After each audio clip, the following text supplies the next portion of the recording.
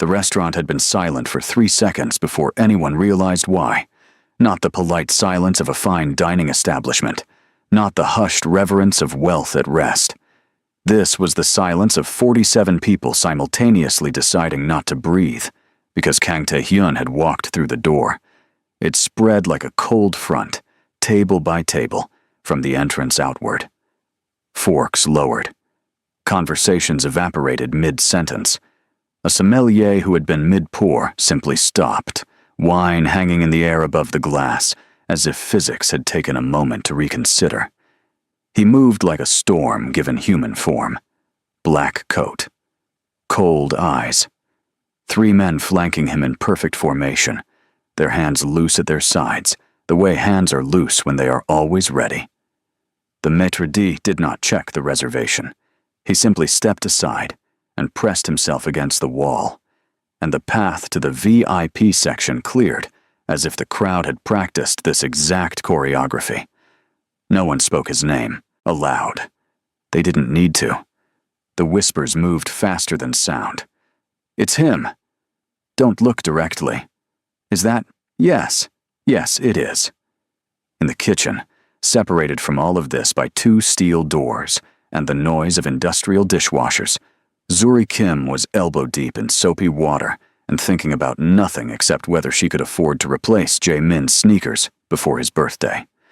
She had been working the closing shift for 8 months, had memorized every crack in the floor tiles, had learned to tune out the noise from the dining room, the way you learn to tune out traffic when you live near a highway. She did not hear the silence fall. She did not know that her son, who was supposed to be asleep in the staff break room 2 doors down, had pushed open a door he was tall enough to reach now, wandered through a hallway, and toddled on unsteady legs directly into the most dangerous room in Seoul. The child was 2 years and 4 months old. He had his mother's wide, curious eyes and a smile that arrived on his face with the slowness of sunrise, lazy and warm and total. He did not understand what suits meant, or what the cold expression on the tall man's face was communicating to the room. He understood only that the tall man smelled faintly of cedar, the same way the stuffed bear on his bed smelled, and that the tall man's leg was exactly the right height for hugging. So he hugged it, both arms, cheek pressed to the man's knee, with absolute commitment, the way only a child or a saint can commit to anything. 2 guards moved at the same instant, hands already reaching. Kang Tae-hyun's voice came out like a blade hitting stone. "Don't." They stopped. The child looked up. He had the pure, unearned confidence of someone who has never been told no by the universe, who has never encountered a face that was not softened by the sight of him. He blinked his enormous eyes at the man above him. He considered the man's expression with the philosophical seriousness that toddlers reserve for the truly important questions. Then he said it. Dada. The word was so small, so simple. 2 syllables that meant nothing and everything, that children say to strangers sometimes without malice, without understanding, without the faintest concept of what they are detonating. Every person in that room who was still breathing stopped. Kang Tae-hyun, the man they called the Ice King, the man who had restructured the entire criminal landscape of 3 districts by the age of 32, the man who had not shown a flicker of emotion at his own father's funeral, went absolutely, completely still. Something moved across his face. It was not softness. It was not warmth. It was something older and more dangerous than either of those things. Recognition. He stared down at the child. The child stared back up at him, still holding onto his leg with both small fists, grinning now because the tall man had not walked away. Then the tray hit the floor. The crash came from the edge of the dining room near the kitchen entrance, and it shattered the frozen tableau like a stone through ice. Zuri stood at the threshold, one hand still raised in the position it had been in when the tray left her fingers, her face the color of old ash. She had been looking for Jae-min for 40 seconds. 40 seconds of escalating panic, checking under tables in the break room, opening supply closet doors. calling his name in the careful, quiet, loud way you call a child's name when you do not want to alarm anyone, but you are already alarmed. And then she had pushed through the kitchen door and looked across the dining room and seen her son, in his arms. Not in the arms of a stranger, in the arms of a man she had spent 3 years teaching herself to forget. Kang Tae-hyun looked up from the child. Their eyes met across the restaurant. 3 years collapsed to nothing. Every wall she had built, every morning she had woken up and chosen survival over grief, every time she had looked at Jaemin's face and forced herself not to see the man looking back at her. All of it was gone in the space between one heartbeat and the next. She walked forward. Her legs were moving before her mind gave the instruction. Put him down. Her voice came out steadier than she felt. Much steadier. She was proud of it and horrified by it at the same time. Jae-min twisted in what were now, she realized, Tae-hyun's arms. He had lifted the child without her noticing the moment, and the sight of Jae-min held against that chest, looking perfectly content, perfectly unafraid, made something in Zuri's chest tear down the middle. Put him down, she said again, stopping 3 feet away. Close enough to grab her son. Not close enough to touch the man holding him. Tae-hyun looked at her for a long time without moving.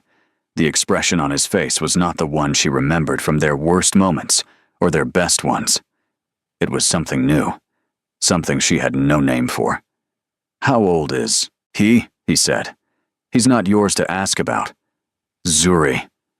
The way he said her name, quiet, controlled, stripped of everything except the word itself, hit her like a physical thing. She held his gaze anyway. Give me my son. Jae-min had twisted to look at her now, his little face bright with the uncomplicated joy of a child who has found his mother in a new place. Mama. Tae-hyun lowered the boy slowly, carefully, until small feet touched the floor. Jo-min immediately ran to Zuri and attached himself to her leg in an almost exact mirror of what he'd done to Tae-hyun moments before. She pressed her hand to his back, kept her eyes on the man in front of her. We're going to leave now, she said. You still haven't answered me. I don't owe you anything. She stepped back. I never did. She turned and walked away. The staff parted around her. No one stopped her. Not even the men who had been reaching for weapons 5 minutes ago, who now stood exactly where they were because Tae-hyun had not moved and had not spoken, and they had learned to read his stillness the way sailors read weather. He watched her go. Then he said, very quietly, to the man on his left, confirm it. 3 years earlier, Zuri had been sitting in a cafe near Hongik University with a coffee she couldn't really afford and a textbook she was trying very hard to understand when someone slid into the seat across from her without asking. She looked up, prepared to be annoyed. She was not annoyed. He was not what she would have chosen if she'd been choosing. Too quiet. Too contained. The kind of man who looked at you like he was filing information rather than making conversation.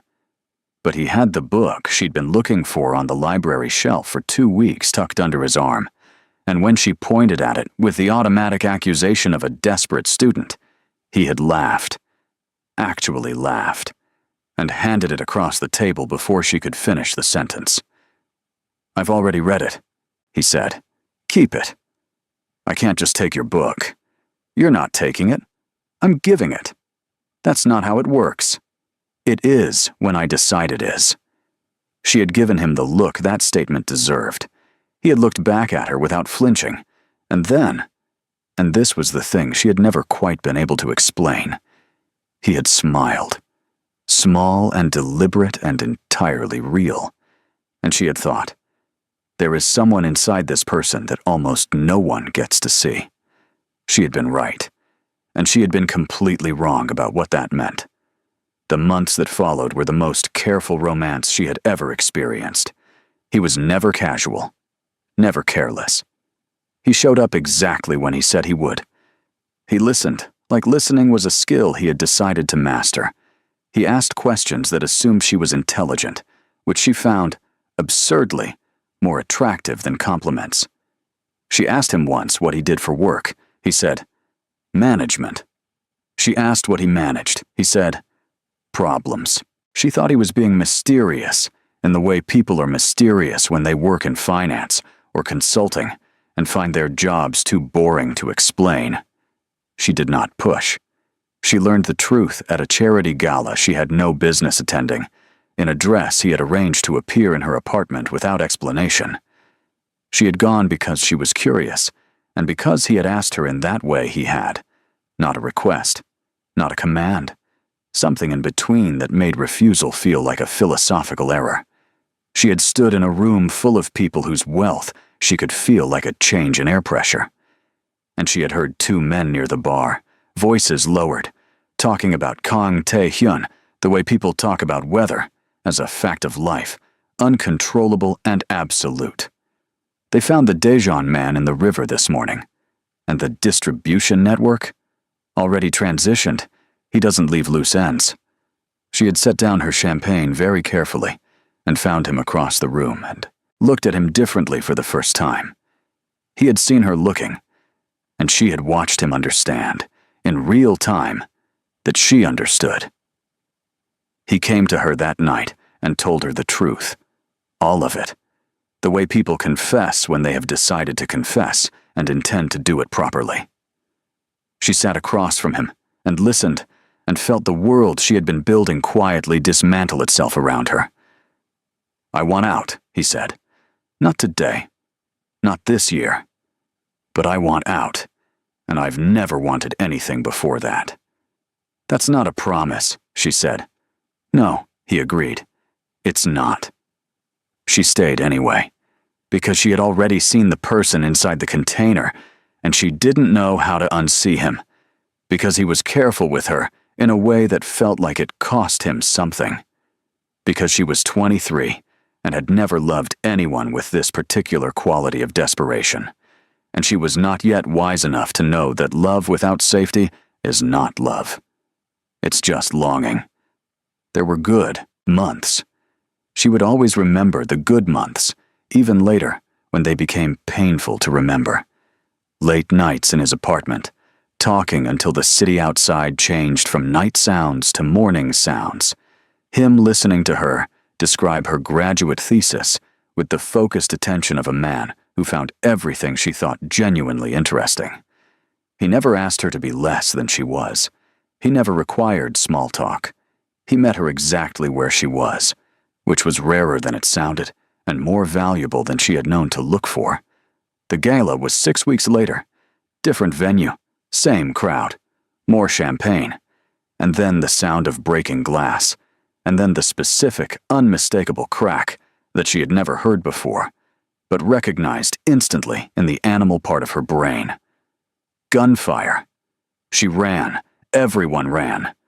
She lost him in the chaos and found a stairwell and pressed herself into it, shaking, listening to sounds she couldn't parse from inside the walls of a building that had suddenly become a place where people were trying to kill each other. She found out 3 days later that he had survived. She found out the same day from a conversation she was not meant to hear between two men she should not have been near in a parking garage below a building she visited for reasons she would never explain afterward, that the men who had tried to kill him knew about her. The woman, the foreign student, she's a liability. Has he moved to protect her? Not yet, which means she's not protected. A pause. Deal with it. She was in her apartment 15 minutes later, packed in 20, gone in 30. She had left a note, 7 words that she had written and thrown away and written again. I heard them. I can't stay. Sorry. She had been 4 weeks pregnant. She didn't know that yet. The DNA results came back on a Tuesday from a sample Tae-hyun's men had gathered from a cup Jae-min had used and left on a table in the restaurant during the confusion of that night. Tae-hyun sat in his office, a room that contained nothing personal, nothing soft, nothing that could be used to understand him, and stared at the number on the paper for a long time. 99.9% probability of paternity. Such a cold, clinical number for such a devastating thing. A percentage, as though the universe could be summarized in decimals, as though the thing happening inside him right now had anything to do with probability. He had known from the moment he looked down at the child in the restaurant, from the second those eyes had found his face. But knowing a thing and having it confirmed were two different experiences, and the confirmation moved through him in a way he had not been moved in 3 years. He had spent those 3 years in a particular kind of cold. Not grief. He didn't grant himself the vocabulary of grief, because grief implied a loss he hadn't chosen, and he had told himself she had chosen to leave him, had chosen whatever threat she perceived over, whatever they had been to each other. He had turned that cold into efficiency. He had run his empire with a precision that frightened people who thought they understood him already. He had not let anyone in. He had not wanted anyone in. He put the paper down and did something he never did. He sat in silence and did not plan. He thought about a child laughing.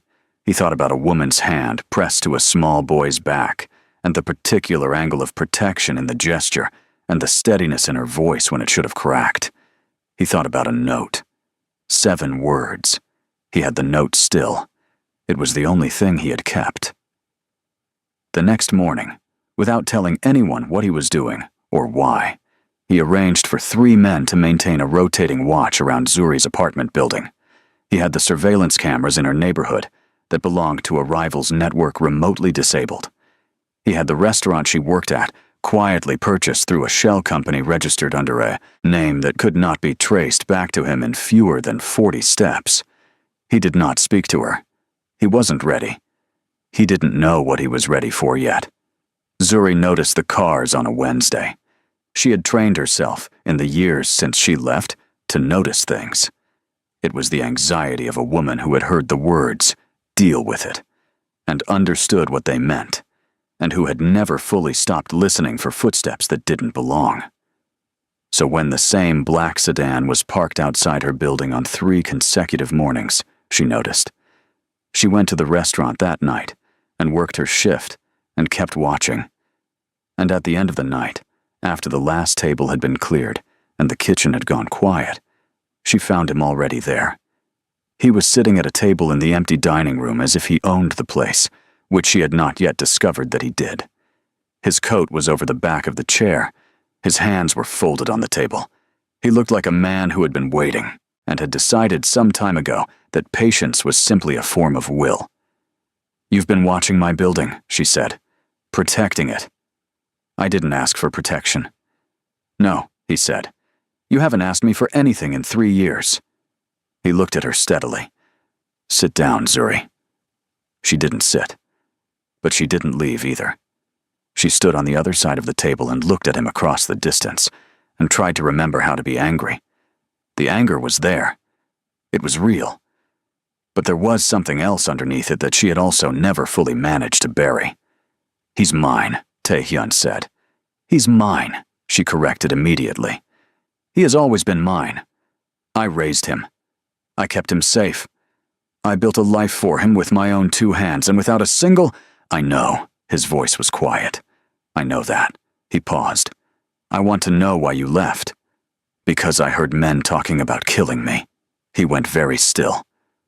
"In the parking garage below the Lee building, 3 weeks before the gala. 2 men. I didn't know their faces. I knew what they were saying." She held his gaze. "They said I was a liability, that I wasn't protected, that they would deal with it. You should have come to me." The sound that came out of her was not quite a laugh. "I should have come to the man whose world I had just become a target in, to ask him to protect me from his own enemies? With what guarantee, Tae-hyun? On what basis?" "On the basis that I would have. I didn't know that. I trusted you as a person. I didn't trust the empire. I didn't trust what being close to you made me." She finally pulled out the chair across from him and sat down, because her legs were tired, and she was done pretending otherwise. "I was pregnant. I didn't know yet. But I was. And I made a decision that I have not stopped making every single day since. that my child would not grow up hunted, that he would not inherit whatever you are. Whatever I am, he repeated without inflection. I'm not trying to hurt you. I'm telling you the truth. She looked at her hands. I trusted the man. I never trusted the Empire. The silence lasted a long time, long enough that she heard the street outside, the distant sound of the city doing what cities do indifferently, unconcerned with the wreckage of any individual human life. Then from behind them, from the hallway that connected to the staff area, came the shuffling sound of small feet. Jae-min appeared in the doorway in his pajamas, dragging his stuffed bear by one arm, his hair pointing in 4 directions, and his eyes at half-mast, in the way of a child who is very nearly asleep, but determined not to be. He looked at his mother. He looked at the tall man. He walked to the table and reached up with his free hand, and with the supreme confidence of a child who has decided where he is going, he grabbed hold of both of their hands at the same time and held them. Neither of them moved. Neither of them breathed.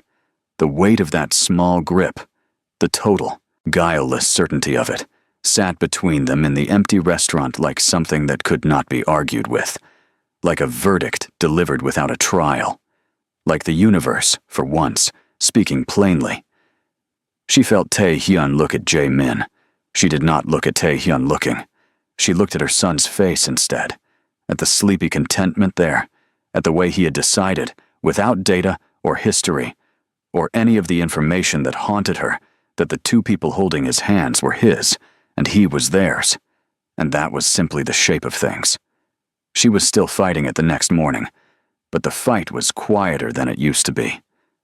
The call came 11 days later. Tae-hyun's phone rang at 2:14 a.m., and he was awake when it did, because he had developed, in recent years, the soldier's habit of light sleep. The voice on the other end belonged to a man who had been watching Zuri's building. She's gone. Building went dark at 11. We think she was taken from the stairwell. He was already moving. The message arrived on a separate channel 40 minutes later. A warehouse address and 4 words. Come alone.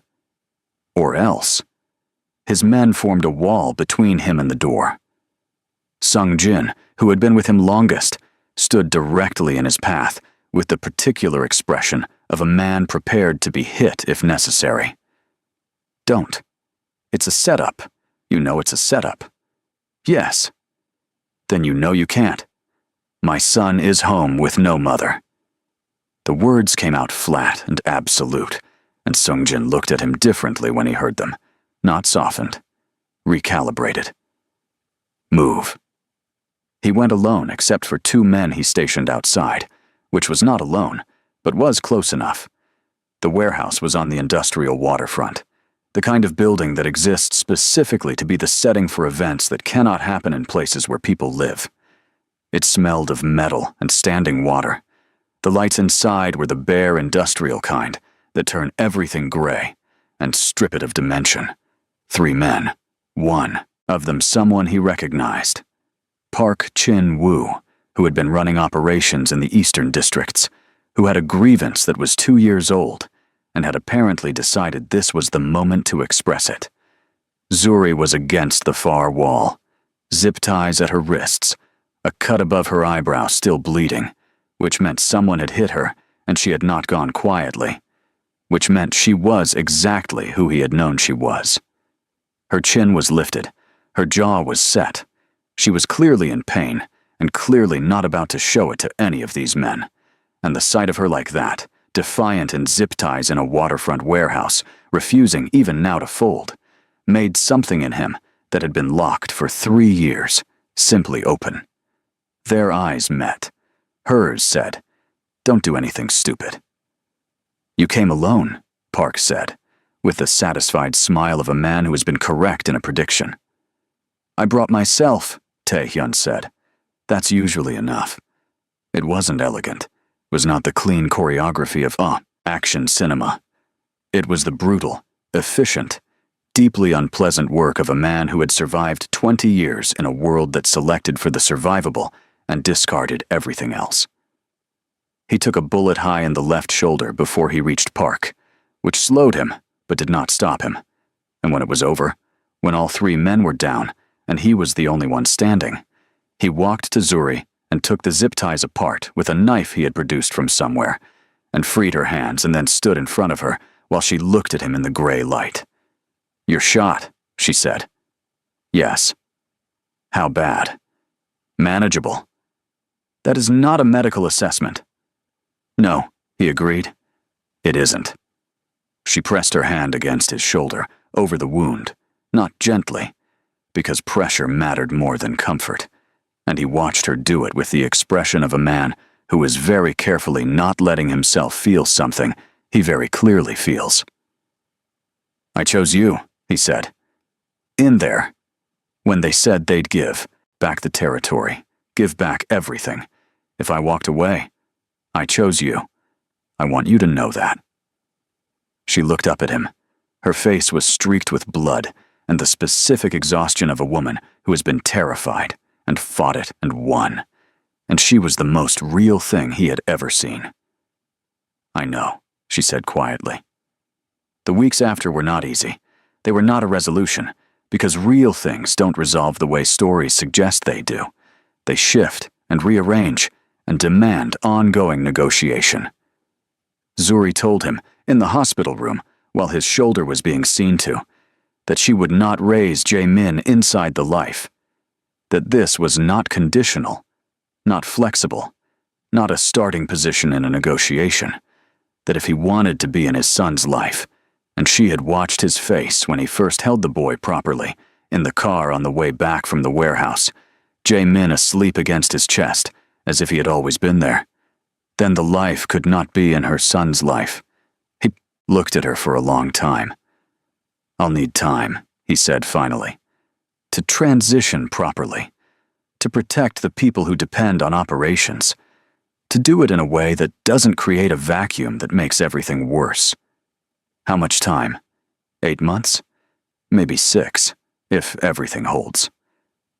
She considered this. It was not what she wanted. It was real, and she had learned the difference between what she wanted and what was real sometime around the 2nd month of single motherhood, when Jae-min had croup and she had no one to call at 3 a.m. Real was the currency she dealt in now.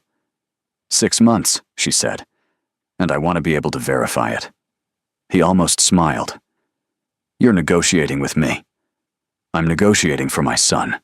She met his eyes. "Don't mistake the two." He began the dissolution of operations the following week. He handed control to Sungjin with conditions that were, by the standards of what they were, genuinely reformist. A slow contraction toward legitimacy, no expansion, a timeline for exit that had teeth. Sungjin accepted without complaint because he had watched Tae-hyun walk into a warehouse alone for a woman and a child, and come out the other side changed in some fundamental way that had nothing to do with the bullet in his shoulder, and he understood, in the way men who have fought alongside someone understand things, that arguing was pointless. 6 months later, on a morning in early spring, Jae-min ran across a garden. Not a manicured garden, a slightly overgrown one, grass just a little too long, flower beds in the early chaotic stage of someone learning to tend them, the whole thing possessed of the beautiful imprecision of a life being built rather than displayed. A countryside estate that Tae-hyun had bought, not for its grandeur, but for its walls. Real, solid, private walls, and for the distance it put between Jae-min and everything they were both trying to leave behind. Tae-hyun was sitting on the low stone steps with something that had previously been a toy and was now distributed across an area of approximately 4 square feet. The instructions were in a language he had not expected, and he had decided to proceed without them, which was, Zuri had observed from the kitchen window, going extremely poorly. Jae-min changed direction mid-run with the improvised physics of a toddler navigating open space, oriented toward the man on the steps, and covered the remaining distance at the specific flat-out sprint of a child who has a clear destination and no patience for the interval between now and arrival. "Dada!" Tae-hyun looked up from the toy components. Something crossed his face. The same thing that had crossed it in the restaurant, the first time, but different now. Less like recognition, more like arrival.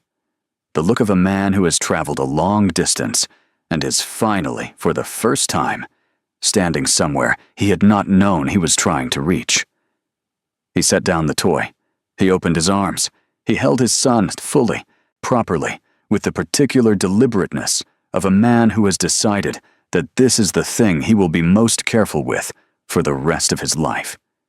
And closed his eyes, and Jae-min buried his face against his father's neck, the way children do when they trust someone completely, when they have never been given a reason not to. In the kitchen window, Zuri watched and felt the last piece of the wall she'd been living behind make its quiet decision to come down. She was still cautious. She would be cautious for a long time. That was not weakness. That was the earned intelligence of a woman who had survived on her own terms, and she did not intend to trade it away for sentiment. But caution and hope were not mutually exclusive, she had decided. A person could hold both. She was holding both now. Later, when Jae-min had been put to bed, and the toy had been either solved or abandoned, she never found out which. Tae-hyun sat beside her on the stone steps and said nothing for a while, and she let him say nothing, because she had learned that his silence was not absence. It was, with him, another form of presence. "I ruled the underworld," he said finally, quietly, to no one in particular, and to her specifically. And he walked up to me in a restaurant and I was gone. All of it. Everything I thought mattered. Just gone. She looked at him sideways. "He has that effect. He has your eyes. He has your stubbornness." He looked at her. She looked back. And in the soft evening light of a life they were building out of the wreckage of the one they'd almost had, Kang Tae-hyun, the Ice King, the man who had never bent for anyone, smiled.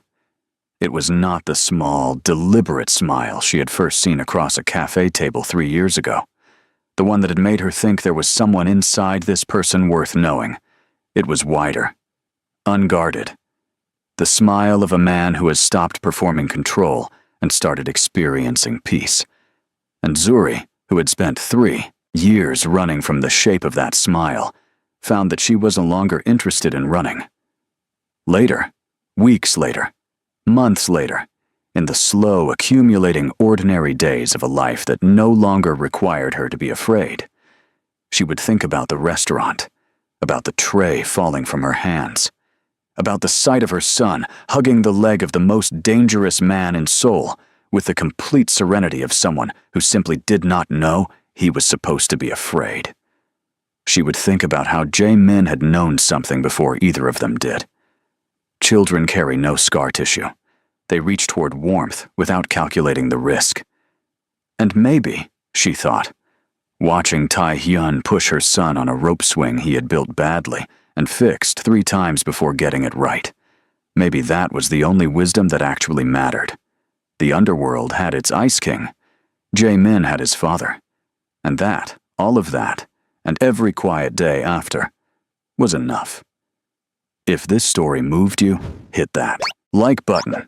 It genuinely helps more people find it. Subscribe so you never miss a new story. There's a new one every single week, and you do not want to miss what's coming next. And drop a comment below. Tell me which moment hit you hardest. Was it the restaurant, the warehouse, or the garden at the end? I read every single one.